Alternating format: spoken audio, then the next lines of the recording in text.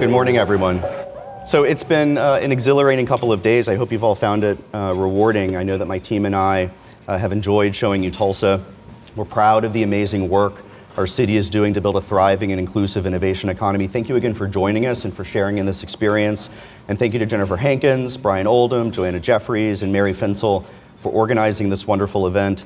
With the flurry of wins in recent weeks, all really long in the making, the summit was well timed, and I hope you enjoyed coming together as much as we did. I'm going to try and be Mariano Rivera and close out the summit. To do so, I'd like to reflect on the path Tulsa Innovation Labs has taken over the past 3 years and sketch out our priorities going forward. The first speech I gave as the leader of Tulsa Innovation Labs was in November 2019 at an event held at the historic music venue Cain's Ballroom. Some of you were there. It was organized by a local businessman who insisted on calling me Catfish Lalla, which I took as a warm Heartland welcome. I didn't sing at Cain's, but I did introduce my vision for Tulsa Innovation Labs and our guiding principles which permeate the organization today: inclusion, focus, and collaboration. I spoke about how we were going to prioritize inclusive growth and how that mission is complementary to our funder, the George Kaiser Family Foundation, and their work combating poverty through early childhood interventions. I explained that TIL would work on the other end of that opportunity spectrum by connecting students, job seekers, researchers, and entrepreneurs, especially those from underserved communities, to the resources they need to thrive in the innovation economy and to raise strong families. I spoke about the simple but disruptive premise on which I founded TIL, the need for strategic focus in Tulsa's economic development. Instead of spreading resources across dozens of speculative opportunities to see what pays off, I made the case for taking a targeted and data-driven approach that focuses on Tulsa's right to win opportunities. And I spoke about how we were going to catalyze growth from the inside out by collaborating with local partners and investing in their capacity. I argued that the only way for Tulsa to become the tech hub it aspires to be is through organic growth, and for our local institutions, especially our colleges and universities, to be positioned as anchors in the innovation economy. To that end, I promised that TIL would work hand in hand with local partners. Now, that speech was early days. This was when we were working out of a windowless room at 36 degrees north, when I was still recruiting Jennifer to the team, and when Castle still had long hair. This was when I was a stranger to Tulsa and TIL was abstract. And this was just before COVID. A lot has happened in 3 years. It's clear we're living through some turbulent times, but TIL's mission has only grown more urgent and more important. Despite numerous challenges, we've put our founding principles into practice and have built an impressive track record, thanks entirely to the passion and professionalism of the TIL team and to the service and advocacy of our leadership council. Before I share with you where we're going over the next 2 years, let me remind you where we've been. Since I pitched GKFF on the vision for Tulsa Innovation Labs, our path has taken 4 stages. The first stage was strategy. We needed to identify Tulsa's right to win opportunities within an immense and competitive tech industry. Using the most accurate data and rigorous analytics available and conducting over 100 stakeholder interviews, we created the first tech-led economic development strategy in the city's history, called Tulsa's Tech Niche. That strategy serves as the foundation for TIL and has set in motion much of the related activity you see from GKFF today. Virtual health, energy tech, advanced area mobility, cyber, and data analytics were identified as prime opportunities for Tulsa, given the city's assets, the sector's market potential, and importantly, the share of jobs within those sectors attainable without a bachelor's degree, roughly a third all in, so that inclusion was factored in from the beginning. We're executing on this strategy. And going forward, it will be important for us to both stay focused on these sectors and be open to refining our approach as necessary. The second stage was governance. Reflecting our collaborative spirit, TIL built a series of advisory councils comprised of local and national leaders from across sectors and disciplines. The Leadership Council, as you all well know, advises TIL on strategy, helps design initiatives, connects us to wider networks, and champions our work to the public. Thanks to your service and the rich exchange of ideas you foster, we're ensuring that our organization moves in the right direction and that our initiatives meet industry needs while expanding access. You've asked tough questions, surfaced new ideas, held us accountable, and inspired us to think bigger, and we appreciate your ongoing support. The third stage was measuring success. We talk a lot about inclusive growth, but what does that really mean? How do we know if Tulsa's innovation economy is growing and growing in ways that expand opportunities for all Tulsans? A key part of TIL's development was answering that question, and we realized it was a question a lot of cities were asking about their own economic development. Working with TIL council members Ross Duvall at Heartland Forward and Cordell Carter at the Aspen Institute, TIL created the Economy Forward framework. And thanks to TIL council member Simeon Cecily for connecting us to Cordell in the first place. The Economy Forward framework was designed to measure inclusive growth in mid-sized cities like Tulsa. We identified 9 metrics that together could be used to measure the broader trajectory, health, and inclusion of a mid-sized city's knowledge economy. And importantly, we set 5-year goals for Tulsa in each metric. We're syncing TIL's initiative KPIs with these metrics so that we're intentional about how TIL makes impact. We're encouraging other organizations to adopt these metrics too, and over time, we'll track our progress and report back to the Tulsa community. The 4th stage, which takes us to the present, is the launch of new ecosystem shaping initiatives. Following the development of our strategy, we got to work designing a suite of programmatic investments across our portfolios. As the TIL team has discovered, getting these initiatives up and running is hard work, but I'm proud to say that this year and next, many of those initiatives will be ready to go. Let me give you 4 examples. Already this year, under Connor Godfrey's spirited leadership, we launched the Cyber Skills Center with Tulsa Community College and 2 national operators, edX and Skillstorm. Through both accelerated learning and apprenticeship programs, both covered by free tuition, this new education center will allow Tulsans from all backgrounds to get the training they need to succeed in cyber and analytics jobs. Using conservative assumptions, we project the graduates of the center will, after 3 years, be making $30,000 per year more than similar candidates who did not participate in the program. We're a few days away from setting the inaugural cohort, but already I can report that we received 370 applications for the program's first 40 seats, and that 60% of those applicants are people of color and 30% are women. In later phases, working with TIL council member and TCC President Lee Goodson, we'll create new associate's and bachelor's degree programs that better link TCC and Oklahoma State University Tulsa, offering another pathway to success. Just last week, thanks to Castle Jones's hard work and determination, we launched DIC Rose Rock, a 3-pronged $60 million energy tech initiative in partnership with 3 Fortune 500 companies, Williams, Devon, and ONEOK, who together contributed 1/3 of the funding. This represents the first major corporate contribution to a tech-focused economic development initiative in Tulsa's history, and the first time these 3 collaborated with one another on such a project. Thank you to Williams, Devon, and ONEOK for their commitment to the energy transition and to positioning Tulsa as the energy tech leader. I'd especially like to thank TIL council members Daniel Kim from Williams and Rick Muncrieve, the CEO of Devon, for their personal commitment to this initiative.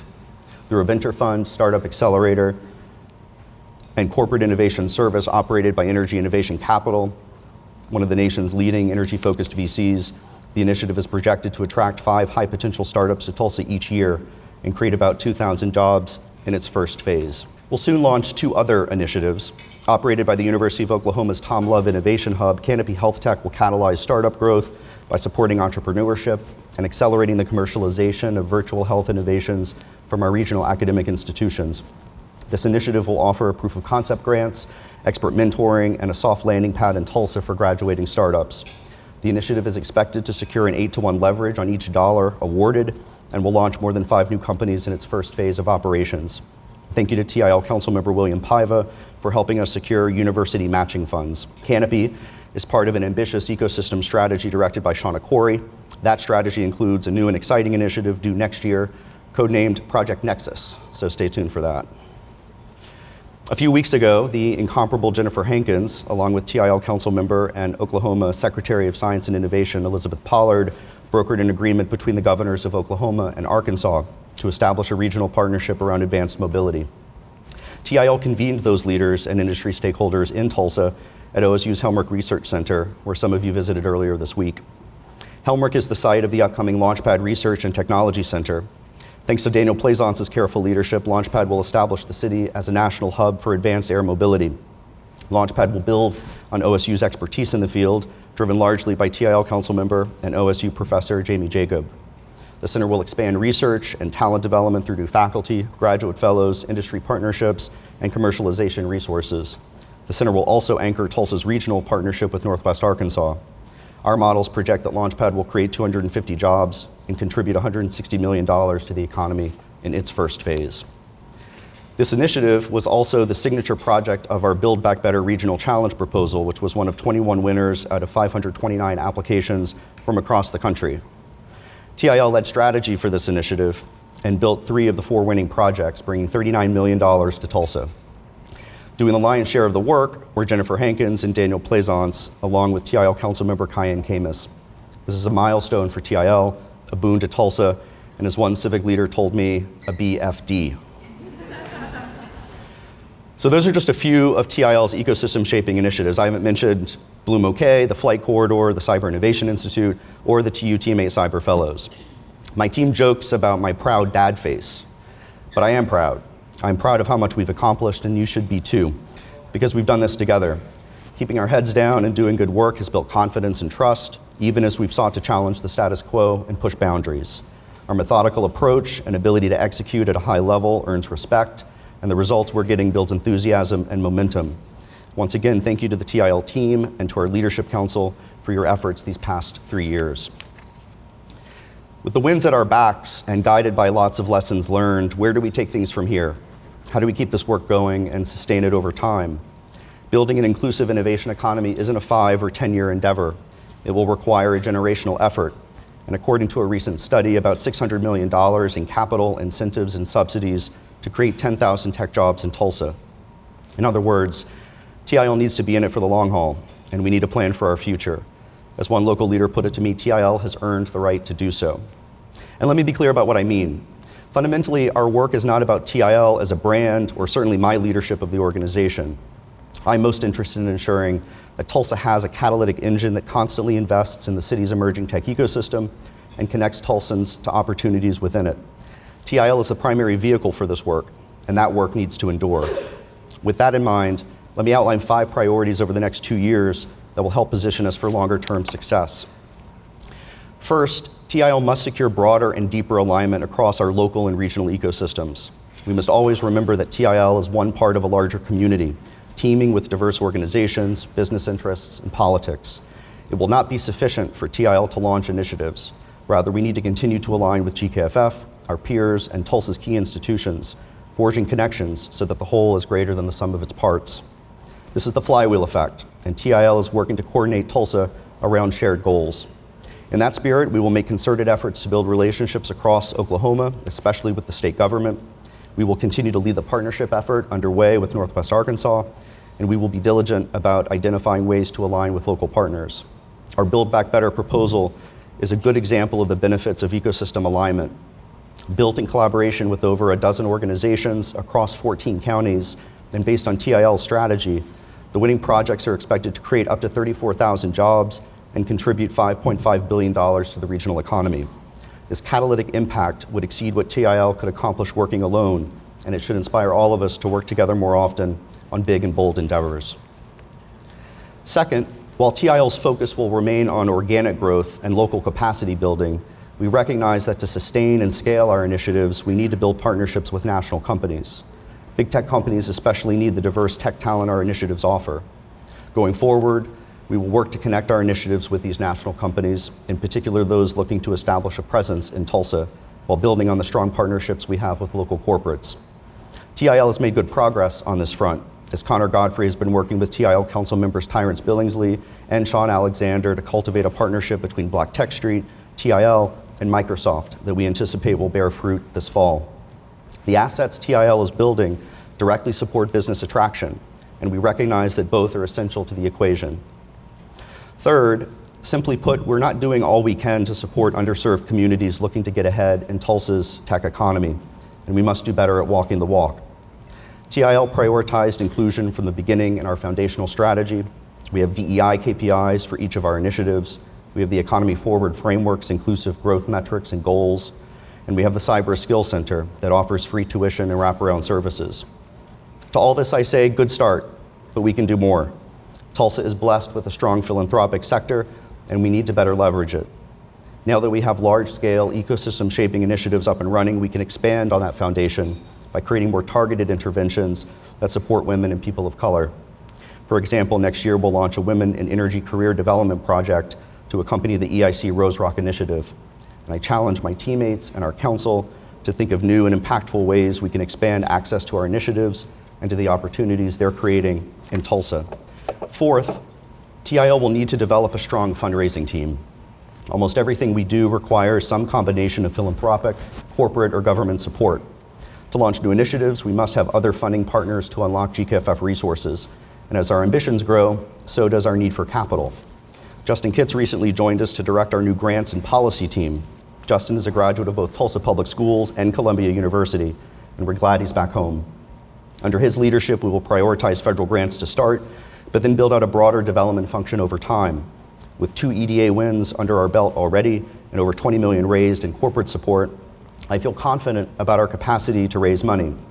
But make no mistake, it's hard work, cash is always tight, and we'll need our council's help to connect us to new partners. If fundraising is a nonprofit leader's favorite thing to do, I know council members love getting hit up for money, but we're in this thing together, so I appreciate your understanding and generosity. Fifth, enabling us to achieve our goals will be communicating in clearer, savvier, and more creative ways. Most of the world is just now getting to know Tulsa, and TIL's work can be difficult to explain.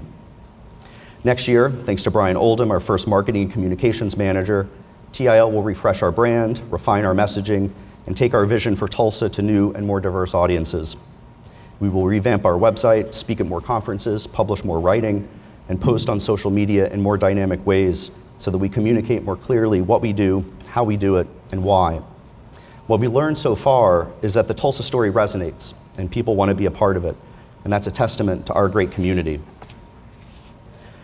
Those are our priorities for the next 2 years. I know that we'll achieve our goals and continue the great work because I have trust in all of you. But if we're being honest with ourselves, I think most of us know that collectively, Tulsa needs to move faster and with more urgency. For an emerging technology, the winner is often the person or company or city that gets there first. The post-COVID paradigm works in Tulsa's favor, and we need to take advantage of it. The rise of remote work, the shift of tech talent from the coasts, and the renewed value on community and quality of life have opened the door for Tulsa. But the city faces steep competition, and this window of opportunity won't last forever. Tulsa's time is now. We need to both plan for the long term and move aggressively in the short term. That's why Tulsa Innovation Labs will continue pushing the envelope, encouraging bigger swings, and challenging our corporate and philanthropic partners to work with us to make more impact faster. 3 years ago, we started an experiment together. It was based on the hypothesis that although the heartland has historically been shut out of America's innovation system, a city like Tulsa has most of the ingredients it needed to become a tech hub. As I hope you've all seen over the past couple of days, Tulsa has those ingredients and more. While Tulsa's long-term success will depend upon sustained investment, the hard work of implementation, and staying true to our founding principles of inclusion, focus, and collaboration, our hypothesis has already been validated, and Tulsa is now widely recognized as a city on the ascent. Together, we're building a national model for inclusive growth and pioneering a new way of practicing economic development. Together, we're laying the foundation for a stronger, more accessible, and resilient economy.